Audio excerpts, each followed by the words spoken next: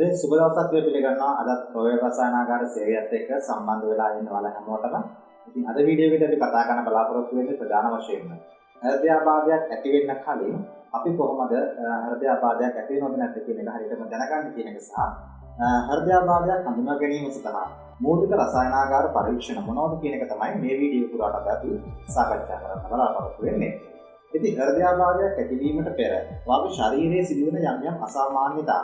ඉතින් මේ පිළිබඳව ලෝක සෞඛ්‍ය සංවිධානය 2020 වර්ෂයේදී මූලික හෘදයාබාධ තෙරණිමිති පිළිබඳව යම්කිසි හඳුන්වා දීමක් සිදු කරලා තියෙනවා. ඉතින් ඒකත් මූලාශ්‍ර ලෙස අරගෙන තමයි අද මේ වීඩියෝ එක මම අපට අරන් ඉන්නේ. ඉතින් හෘදයාබාධයක් ඇති වෙන්න කලින් හෘදයාබාධයකින් ජීවිතේ නැති වෙන්න කලින් අපිට පුළුවන් නම් හෘදයාබාධයක් ඇති වෙන්න කලින් ශරීරයේ සිදුවන්නා වූ මේ අසාමාන්‍යතා ඉතා ඉක්මනින්ම හඳුනාගෙන ඒ සඳහා නිසි වෛද්‍ය ප්‍රතිකාර ලබාගෙන අපිට පුළුවන් පහසුවෙන්ම හෘදයාබාධ තත්ත්වය ඉතා ඉක්මනින්ම මිදෙන්න. ඉතින් දැන් මම මේ කියන්නේ යන හෘදයාබාධයක් ඇති වෙන්න කලින් ඔයාගේ ශරීරයේ ඇති වෙන මේ තෙරණිමිති ඉතින් ඔයාටත් එකක් හෝ දෙකක් හෝ තියෙනවා නම් ඔයත් වහාම වෛද්‍යවරයෙක් හම්බෙලා වෛද්‍ය උපදෙස් අනිවාර්යයෙන්ම ලබා ගත යුතුයි. ඉතින් දැන් අපි කතා කරමු හෘදයාබාධයක් ඇති වෙන්න කලින් මොනවද මේ ශරීරයේ ඇති වෙන අසාමාන්‍යතා කියන එක සම්බන්ධයෙන්. ඉතින් මූලික වශයෙන් ඇති වෙන අසාමාන්‍යතාවයක් තමයි ඔයාගේ පපුවේ වේදනාවක් ඇති වෙන්න පුළුවන්. ඉතින් හෘදයේ සිදුවන්නා වූ මේ අකර්මණ්‍යතාවයට අපි හඳුන්වනවා ඇන්ජයිනා එකක් ලෙස. ඉතින් සාමාන්‍යයෙන් ඇන්ජයිනා එකක් ඇති වුණාට පස්සේ වගේ පපුවේ ඉතා විශාල වේදනාවක් ඇති වෙනවා. ඉතින් මේ වේදනාව ටික වෙලාවක් ශරීරයේ පවතිනවා. ඉතින් සාමාන්‍යයෙන් මෙලෙස පපුවේ වේදනාවක් ඇති වෙන්නේ අපේ ශරීරයේ හෘදයේ තිබෙනා වූ අත්‍යවශ්‍යම අංග වෙත ඔක්සිජන් සහිත රුධිරය අඩාල වීම නිසා එහෙම නැත්නම් ඔක්සිජන් සහිත රුධිරය සැපීම අඩපණ වීම නිසා තමයි මෙලෙස අධික පපුවේ වේදනාවක් ඇති වෙන්නේ. ඉතින් සාමාන්‍යයෙන් ඇන්ජයිනා එකක් දෙකක් තුනක් වගේ තමයි උපරිම මනුස්සයෙකුට ජීවිත කාලය ඇති වෙන්න පුළුවන්. ඉතින් පළවෙනි ඇන්ජයිනා එක නැත්නම් පළවෙනි පපුවේ වේදනාව ඇති වෙච්ච වහාම වෛද්‍යවරයෙක් හම්බ වෙලා අනිවාර්යයෙන්ම මේකට ප්‍රතිකාර ලබා ගන්න ඕනේ. ඊළඟ රෝග ලක්ෂණය තමයි සීතල දහඩිය දැනීම. ඉතින් සීතල දහඩිය දානවා කියලා කියන්නේ සාමාන්‍යයෙන් අපි වැඩක් කරාට පස්සේ එන දහඩිය නෙමෙයි.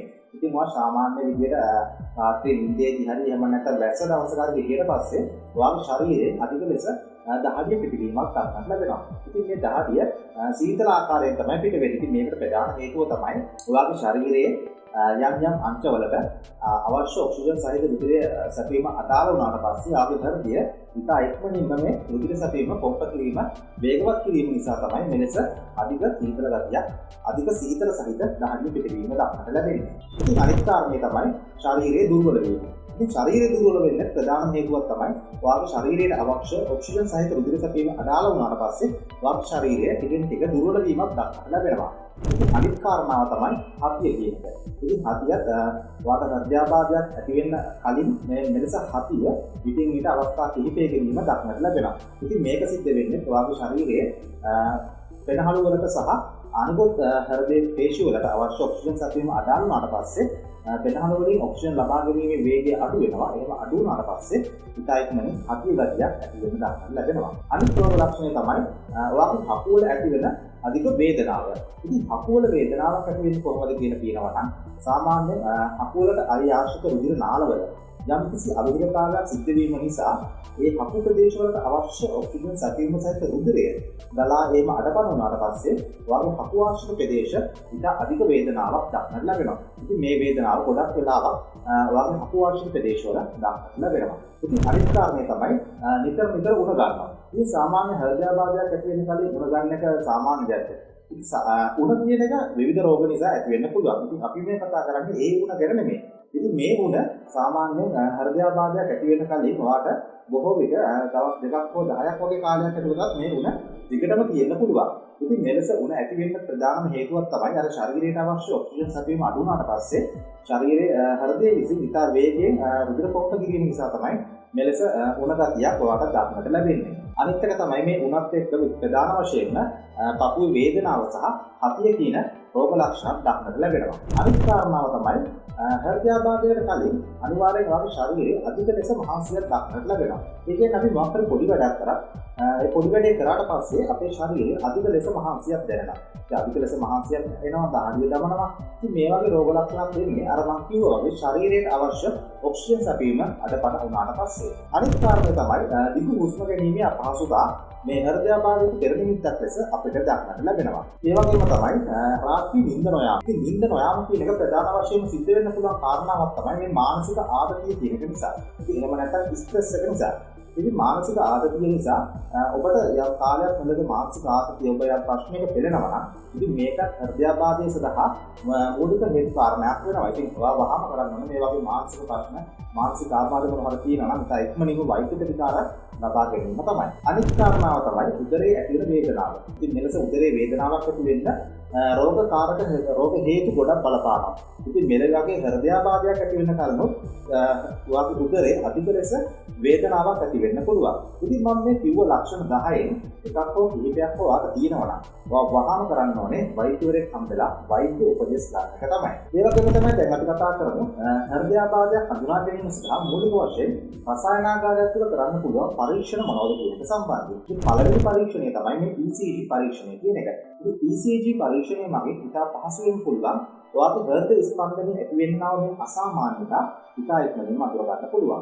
ඒ වගේම තමයි එක්සර්සයිස් ECG කියන පරීක්ෂණය මගින් පුළුවන් ඔයාගේ ශරීරයේ ක්‍රියාකාරී අවස්ථාවේදී කොහොමද ඔයාගේ හෘද ස්පන්දනයේ වේගයේ අසාමාන්‍යතා තියෙනවා නම් ඒකත් අඳුර ගන්න පුළුවන්. ඒ වගේම තමයි අනිත් රසායනාගාර පරීක්ෂණයක් කරනවා ප්‍රොපනින් I සහ ප්‍රොපනින් D කියන පරීක්ෂණ දෙක. මේ ප්‍රොපනින් පරීක්ෂණය සම්බන්ධයෙන් මම වෙනම වීඩියෝ එකක් කරලා දෙනවා. ඔයාලට පුළුවන් එක උඩ කාඩ් එක ක්ලික් කරලා බලන්න පුළුවන්. ඉතින් ප්‍රොපනින් කියලා කියන්නේ ඔයාගේ ශරීරයේ හෘදයේ පේශිවල නිපදවන ප්‍රෝටීනයක්. ඉතින් හෘදයට යම්කිසි හානියක් වුණාට පස්සේ හෘදය මගින් මේ ප්‍රොපනින් කියන ප්‍රෝටීනය වැඩි වශයෙන් උදරයට මුදා හරිනවා. ඉතින් ප්‍රොපනින් ලෙවල් එක අනුව අපිට කියන්න පුළුවන් ඔයාට යම්කිසි හෘදයාබාධයක කොච්චර ප්‍රමාණයක් හෘදයාබාධය සඳහා ඔයා කොපමණ ප්‍රමාණයක අවදානමක ඉන්නවද කියන එකත් අපිට පැහැදිලිව කියන්න පුළුවන්. අනිත් පරීක්ෂණය තමයි කොරොනරි ඇන්ජියෝග්‍රෑම් කියන පරීක්ෂණය. ඉතින් කොරොනරි ඇන්ජියෝග්‍රෑම් පරීක්ෂණයේදී ප්‍රධාන වශයෙන්ම සිද්ධ වෙන්නේ ඔයාගේ හෘදයේ රුධිර නාල අවිලේ වෙලා තියෙන තැන් ටික හොයා ගන්න එක තමයි මේ කොරොනරි ඇන්ජියෝග්‍රෑම් පරීක්ෂණයේදී සිද්ධ කරන්නේ. ඉතින් මෙහෙදී වෛද්‍යවරු ඩයි එකක් යවලා ඒ ඩයි එක හරියට බලා ගන්න පුළුවන් ඔයාගේ හෘදයේ රුධිර නාලවල මොන වගේ ස්ථානවලද මේ બ્લોක් වෙලා තියෙන්නේ කියන එක සම්බන්ධයෙන්. ඉතින් මේ කොරොනරි ඇන්ජියෝග්‍රෑම් කියන පරීක්ෂණය නිතර කිරීමට වෛද්‍යවරු නිර්දේශ කරන්නේ නැහැ. ඒකට හේතුව තමයි මේ ඩයි එක සමහර රෝගීන්ට ඒක ඇලර්ජික් වෙන්න පුළුවන්. ඉතින් මේ කොරොනරි ඇන්ජියෝග්‍රෑම් පරීක්ෂණ සිද්ධ කරන්නේ මම අර ඉතින් කියපු පරීක්ෂණ සියල්ලම සිද්ධ කරලා ඔබ හෘදයාබාධයෙන් පෙළෙන පුද්ගලයෙක් කියලා හඳුනාගත්තොත් පමණයි මේ කොරොනරි ඇන්ජියෝග්‍රෑම් පරීක්ෂණ සඳහා ඔබ යොමු කරන්නේ. ඉන්පසු ඔබගේ හෘදයේ ඒ අදාළ අවිල වූ තැන් ටික හඳුනාගත්තට පසු ඉන්පසු වෛද්‍යවරු ඒ සඳහා නියමිත ශල්‍ය කර්ම වලට ඔබ වාදනය කරනවා. ඉතින් මම හිතනවා මේ වීඩියෝ එකේදී ඔයාලා දෙයක් ඉගෙන ගන්න ඇති කියලා. ඒ වගේම දැන් මේ වීඩියෝ එක ඉතා පහසුවෙන් සහ කෙටියෙන් මම ගෙනාවේ. මොකද මේක හැමෝටම තේරුම් ගන්න පහසු නිසා. ඉතින් මේකේ මම අර ප්‍රධාන කර කාරණාවල හැම එකේම අභ්‍යන්තරේ ලොකු මේකේ බයෝකෙමිස්ට්‍රි පාර්ට් එකක් සහ මේකේ ලොකු මෙඩිකල් පාර්ට් එකක් තියෙනවා. ඉතින් මේ සියලු දේවල් විස්තර කිරීම අනවශ්‍ය නිසා සහ ඔබට අවශ්‍යම කරුණු ටික විතරයි මම මේ වීඩියෝ එකේදී ඔබට සඳහන් කරේ. ඉතින් මම කලින් සඳහන් කරපු හෘදයාබාධයක් ඇති වෙන්න කලින් ඇති වෙන ශරීරයේ අසාමාන්‍යතා 10 ඔයාට හරි වගේ පවුලේ කාට හරි කියනවා නම් වහාම ඔබ කල යුත්තේ වෛද්‍ය උපදෙස් ලබා ගැනීම. මේ වීඩියෝ හොඳයි නම් පල්ලා කමෙන්ට් සෙක්ෂන් එකේ කමෙන්ට් එකක් දාන්න. එතන අපි YouTube channel subscribe කරලා නැත්නම් දැන්ම subscribe කරලා අපිත් එක්ක සම්බන්ධ වෙන්න පුළුවන්.